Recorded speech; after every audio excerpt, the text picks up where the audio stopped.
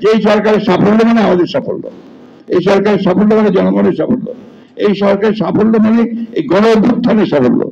যারা যদি ফেল করে তা আমরা ফেল করবো। আমরা চাই না যে হাসিনা আবার ফিরে আসুক, আমরা চাই না আওয়ামী লীগ সেই দুঃশাসন আবার ফিরে আসুক। বলছি যে নির্বাচিত হয়ে আসতে পারলে আমরা একা দেশ চালাবো না, আমরা একটা জাতীয় সরকারের মধ্যে সমস্ত দলগুলো নিয়ে যারা আমাদের সঙ্গে আন্দোলন করেছে তাদেরকে নিয়ে আমরা দেশ চালাবো। তো সমস্যাটা কোথায়, সন্দেহটা কোথায়? সন্দেহ কিন্তু আপনাদের উপর মানুষ আসতে শুরু করেছে। কালকে আমি দেখলাম এক টক শোতে এমন ভাবে কথা বলা হচ্ছে তারা এখন বলতে শুরু করে দিয়েছেন যে এখানে আপনার ভিন্ন দিকে যাচ্ছে, বাংলাদেশের অভিজ্ঞতা আছে তো ভিন্ন দিকে যাওয়ার। সেই জন্যই আমি আপনাকে খুব স্পষ্ট করে আজকে আপনাদের মিটিং থেকে বলতে চাই, এই সরকারকে আহ্বান জানাতে চাই, আমরা চাই যে আপনারা সফল হন। প্রথম দিন আমরা বলেছি যে এই সরকারের সাফল্য মানে আমাদের সাফল্য, এই সরকারের সাফল্য মানে জনগণের সাফল্য, এই সরকারের সাফল্য মানে এই গণ অভ্যুত্থানের সাফল্য। যারা যদি ফেল করে তা আমরা ফেল করবো। আমরা চাই না যে হাসিনা আবার ফিরে আসুক, আমরা চাই না আওয়ামী লীগ সেই দুঃশাসন আবার ফিরে আসুক। চাই না বলে আমরা বারবার করে বলছি আমাদের সমস্ত অভিজ্ঞতা নিয়ে। একটা কথা আছে, কথা আজকে কেউ বলে না, উইজডম, উইজডম বলে একটা শব্দ আছে। তো উইজডমটাকে আমরা প্রয়োগ করুন, চেষ্টা করুন। আমরা আপনাদের এটুকু বলতে চাই, রাজনৈতিক দলগুলো সবসময় কিন্তু বাংলাদেশের ভালো করার চেষ্টা করে, এটাকে বিশেষ করে বিএনপি তা করেই। আমি আর বক্তব্য পাঠাতে চাই, এটুকু বলতে চাই আজকে কিন্তু খুব একটা কঠিন সময় যাচ্ছে।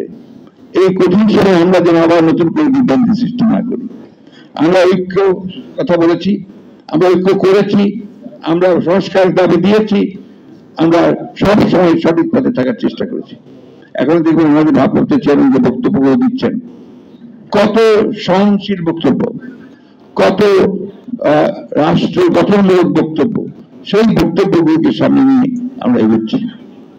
আমরা বিশ্বাস যে আমরা যদি সবাই দেশপ্রেমিক, আমরা দেশকে ভালোবাসি, আমরা আপনার স্বাধীনতা ভালোবাসি, আর বেশি কাটাছেড়া না গিয়ে আপনার একটা বাচ্চা যখন অসুখ হয় তাকে ডাক্তার সাহেব আছেন এখানে, তাকে বারবার যদি ওষুধ চেঞ্জ করা হয় অথবা আপনার অ্যান্টিবায়োটিক চেঞ্জ করা হয়, তার কিন্তু আমাদের ইমিউনিটি কমে যায়।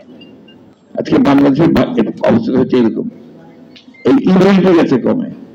কখনো আসছে আপনার বাকশাল, তারপরে আপনার বন্ধ আসলো, আবার আসলো নতুন চিন্তা ভাবনা, নতুন পরিবর্তন, এত চিন্তা ভাবনা কাটাকাটি। আপনার দেখেন এই যে মাধ্যমিক শিক্ষা ব্যবস্থা কতবার যে পরিবর্তন হয়েছে, এখন পরিবর্তন হতে যেমন হচ্ছে বাংলাদেশের শিক্ষার মান এখন সম্ভ্রম নিম্নে।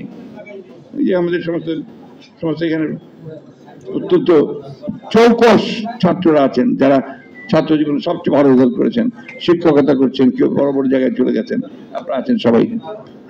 এত নিচে মান বোধহয় কখনো ছিল না, এখন যে মান হয়েছে শিক্ষার। কেন?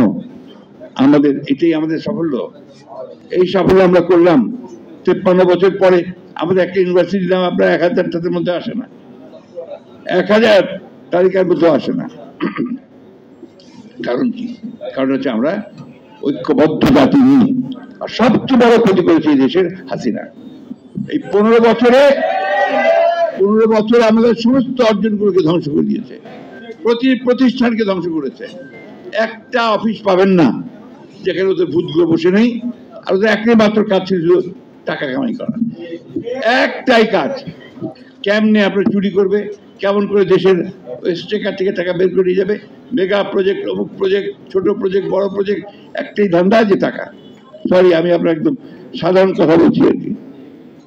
এটা যেন রিপিট না হয়, আমরা যেন এদের হাত থেকে রক্ষা পাই, তাই আমাদের এখন যেটা প্রয়োজন সেটা হচ্ছে একেবারে ইস্পাত কঠিন ঐক্য।